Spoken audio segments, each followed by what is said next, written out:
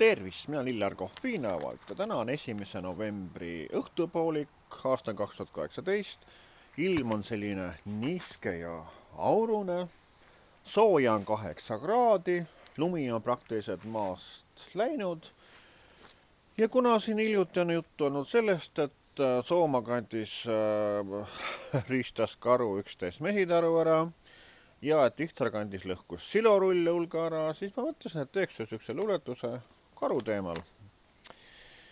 Ja see on siis selline. Soomaal tegutseb üks meemaias karu, kes lõhkus ära 11 mesitaru. Ilmselt on ta nüüd olemas talvine meevaru. Vihtra kandis mekib karu ette ka silorulle ja teeb muidki trikke hulle.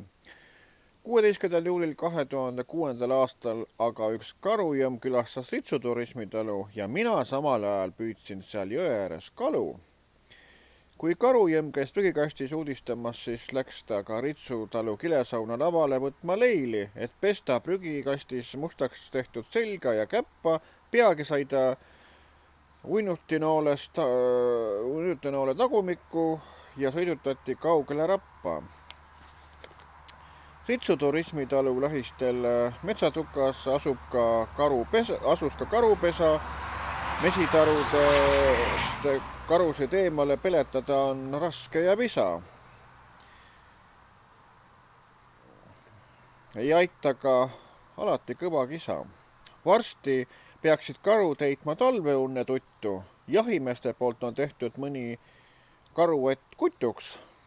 Riigikogussegi kuluks ära üks suur karu, kes sööks ära riigikogulaste katuserahade näol meevaru.